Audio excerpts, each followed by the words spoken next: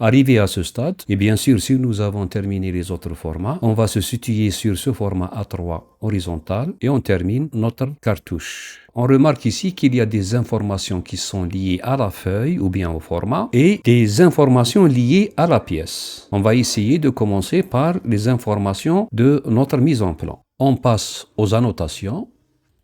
Et on va commencer par exemple par le format. Là, il faut éviter d'écrire, il faut chercher l'information du format à travers cette icône. Cette icône, c'est lié à la propriété, bien sûr la propriété de la feuille. On va aller à cette propriété. Le document en cours, nous n'avons qu'un seul document ouvert en cours et on cherche le format. La taille du modèle, template size, c'est le A3, ça nous va. On va aller à l'échelle. L'échelle, voilà, nous avons cette liaison avec cette flèche-là. Il faut la briser à l'aide de cette icône-là. Il faut essayer de s'aligner avec les informations de base. Et on cherche l'échelle du document en cours. L'échelle, voilà. L'échelle de la feuille, c'est l'échelle 1 sur 1. Nous l'avons déjà paramétré dans le modèle. Alors, on va aller, par exemple, à la feuille. On va briser la liaison, se mettre en ligne, chercher le numéro de la feuille actuelle, c'est la feuille numéro 1, OK. Et si nous avons plusieurs feuilles, on peut faire cette astuce, faire un slash et ajouter l'information sur le nombre total de feuilles. Bien sûr, dans notre cas, il y a une seule feuille, c'est 1. Nous avons 1 sur 1. Si vous allez mettre une deuxième feuille, vous aurez 1 sur 2. Pour la date, on va se mettre ici. Pour la date, on va chercher la date. Nous avons deux formats, format court et format long. On va faire court. La date, elle est affichée, bien la valeur évaluée, elle est de cette forme-là. On va valider. On va par exemple chercher la masse, ici. Je vais chercher la masse et je ne la trouve pas. Donc, les propriétés de cette feuille ne contiennent pas de masse. Et nous avons ici le modèle trouvé ici. Je clique ici. Il n'y a pas de modèle, c'est-à-dire notre modèle est absent. Alors, il faut s'arrêter là. Maintenant, il faut insérer le modèle pour récupérer ces informations-là. Pour insérer ce modèle, il vaut mieux ouvrir la pièce et vérifier les propriétés.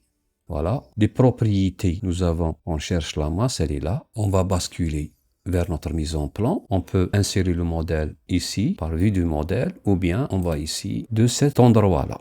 Donc, on va l'ouvrir. Nous avons vu, on va essayer juste pour avoir les informations, on ne va pas régler la mise en page, etc. Et on revient sur notre cartouche. On va basculer vers les annotations. Je vais chercher en premier le projet. Je vais lier cette zone au modèle. Donc il faut aller au modèle et chercher le projet. Donc ici, voilà, nous avons le projet. Le projet c'est P 2026. OK. On va chercher la spécialité. Voilà. La spécialité. Attention, il revient toujours au premier document. Il faut aller au modèle et récupérer la spécialité. Donc, notre spécialité, c'est construction mécanique. On valide. On va aller au matériau. Pour le matériau, il faut récupérer la valeur. Le matériau, c'est l'acier étiré à froid. Pour récupérer la masse, c'est 478,06. La valeur sera arrondie. Ajouter en grammes. Je valide. Nous avons aussi, il nous reste le nom du dessinateur. On va le récupérer, dessiner. Voilà, c'est le dessinateur. Il s'agit de moi. Attention, donc là, j'ai pas effacé. Voilà. Il nous reste à mettre le nom de l'assemblage et le nom de la pièce. On va se mettre là, récupérer nom de l'assemblage. Il s'agit de l'étau-serrage rapide, OK. Et ici, on va mettre le nom de la pièce. On va le chercher. Le nom de la pièce, c'est le mort mobile. Il faut briser la liaison. Donc, j'ai oublié d'effacer. Alors, je peux changer le caractère. Même, je peux changer la couleur. Je m'arrête là. Je peux maintenant arranger. Là, je peux augmenter un peu. Et voilà. Je résume. Nous avons en premier dessiné un cartouche vide avec les éléments de base et nous l'avons enregistré avec le format de la feuille. Nous avons réalisé plusieurs formats, A4 jusqu'à A0, avec bien sûr la même configuration du cartouche. Puis, nous avons rempli les éléments qui ont une liaison avec la feuille et en dernier lieu, nous avons inséré une pièce et nous avons récupéré les autres informations. Là, notre cartouche est terminé. Si nous avons une production de plusieurs mises en plan, cette procédure va nous faire gagner beaucoup de temps.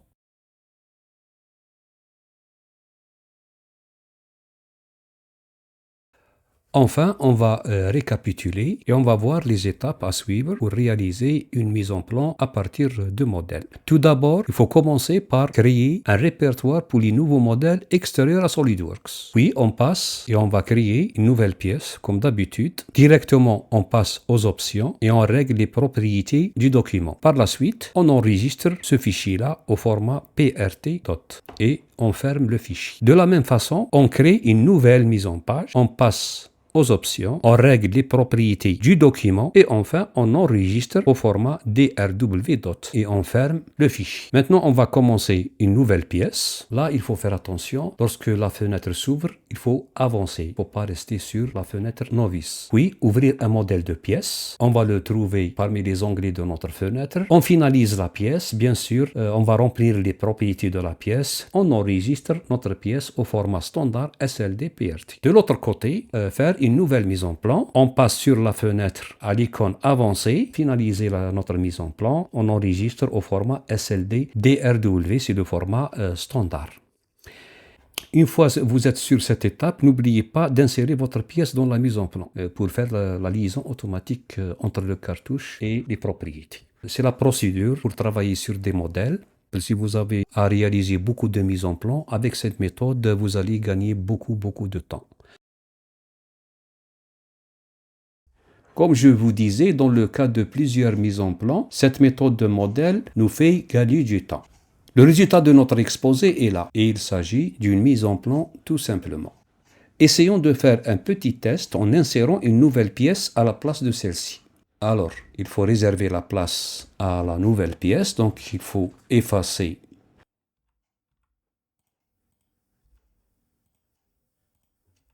rapidement. On va chercher notre nouvelle pièce. Alors, il faut la chercher. Donc, il s'agit de la plaque. Oui, elle est là. Juste des vues. On ne va pas s'occuper de la mise en page afin d'aller à l'essentiel. On remarque ici que notre cartouche est mise à jour rapidement. Le projet, c'est le même. Le nom du destinataire a changé. Le matériau n'est pas spécifié encore. Vous voyez la rapidité avec laquelle le cartouche est mis à jour. Ce qui reste à faire, c'est revenir au modèle et spécifier un matériau pour avoir le matériau et la masse, tout simplement. Donc, on va basculer. Pardon, notre modèle n'est pas ouvert. On va l'ouvrir. On va fermer ici. On va ouvrir cette plaque-là. Vous voyez ici, le dessinateur est anonyme. Il s'agit d'une plaque. Le matériau n'est pas spécifié. OK. On va attribuer un matériau. Donc, on va prendre, par exemple, un autre acier pour voir la différence.